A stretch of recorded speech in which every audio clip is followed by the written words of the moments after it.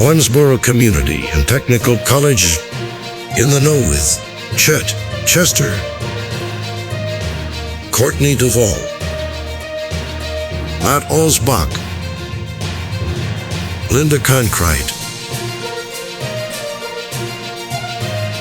Now you are in the know. Hello, I'm Courtney Duvall. And I'm Chet, Chester. That is not your name, and you're the VP of Student Affairs. Only when I have to be. This just in today, dual credit students at OCTC have questions. We have reporters on the scene to get you answers so you too can be in the know. Yeah, sure. Hello, Courtney and Chet. This is Matt Alscbach reporting from OCTC. Dual credit students I have spoken with are wondering what OCTC means when they expect academic honesty. Well, really, I think we know what that means, but we're glad to have you there reporting on this. It just means telling your parents the truth about the grades you're getting, right? That may be a good idea, but I don't think that's what they mean.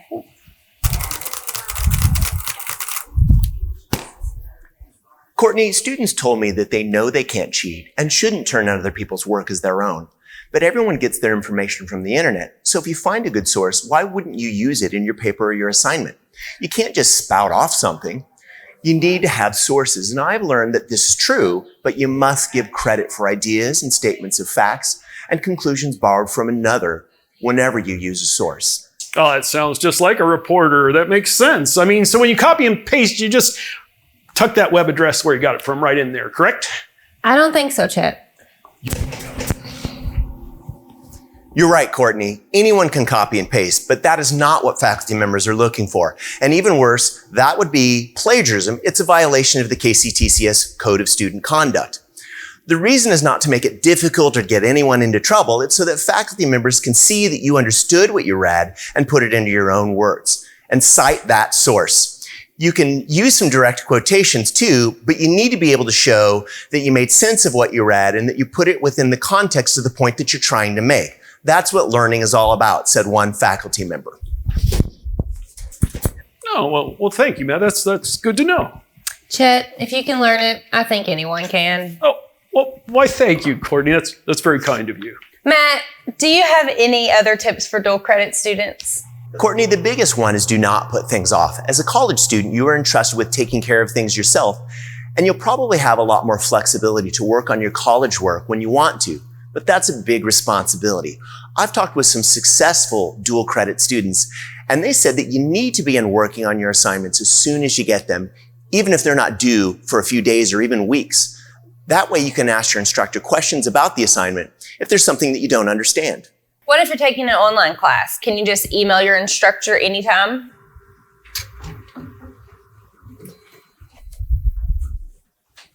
Yes, you can, Courtney. Just make sure that you email them from your KCTCS email account.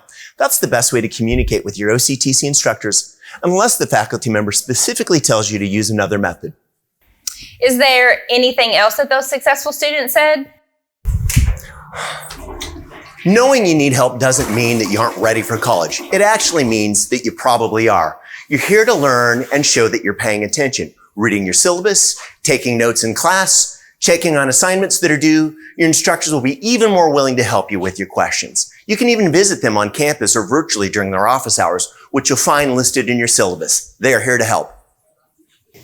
Thank you, Matt, for those tips. Now we go to the START Center to learn how to use your KCTCS electronic resources. Linda Conkright, you are a START Center advisor and admissions navigator for some of our local high schools. What do dual credit students need to know about getting underway with their studies at OCTC?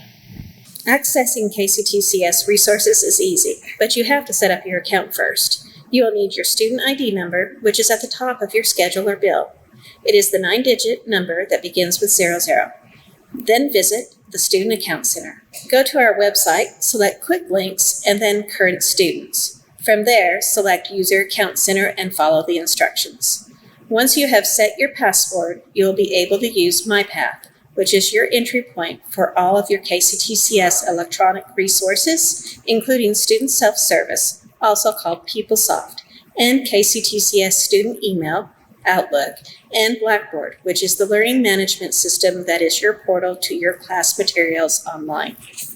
Whoa, Linda, that was a lot to take in. What if I I mean, if a student has questions. Stop at the Start Center anytime Monday through Friday. We are open 8 a.m. until at least 4:30 p.m. every day. Or email us at octc.startcenter@kctcs.edu. Thank you, Linda, for that report. Now that we know how to access these resources, I'm sure we can access them all from our phones now, right? I mean, that's how people take classes now. We just grab the phone, get on there, scroll, download everything, and we're good to go. I think there's more to that, Chet. Yes, you can access information on your phone, and there's a KCTCS app available for iOS and Android. But it is essential for students to learn how to use the software that they will be using in many workplaces. That is why KCTCS offers access to Microsoft Office for students for free. Free? I just paid hundreds of dollars for Office 21. Yes, free. You can access Office 365 online, or as an OCTC student, you can install the full version of Office 365 Pro Plus on up to 5 devices for free. Visit current students and scroll down to Information Technology Services and then select Microsoft Office. Wow, free? I mean, students can just install that on whatever device they have, like those Chromebooks some of them have from the high schools? Unfortunately, no. It is PC, Mac, Apple tablets and phones, and Android tablets and phones. The software will continue to work as long as you are enrolled in at least one KCTCS college class. And that is one of the reasons we recommend that students have access to a PC or Mac for their college studies. All the KCTCS electronic resources work well with those machines. Wow, how do you know all this? Are you like working at OCTC in your spare time?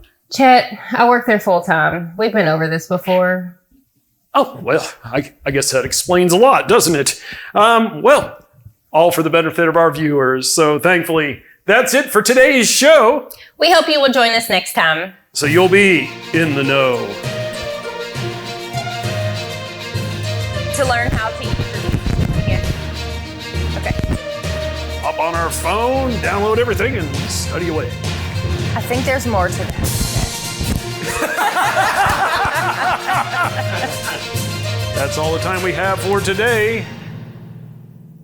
We hope you. I was like, wait, you went off script. I'm going off script again. Oh, okay, so you want me to wear this next time, right? Yes, the next time we report on OCTC. Oh, what? That sounds like fun. Wait. Mascots can't talk, can they?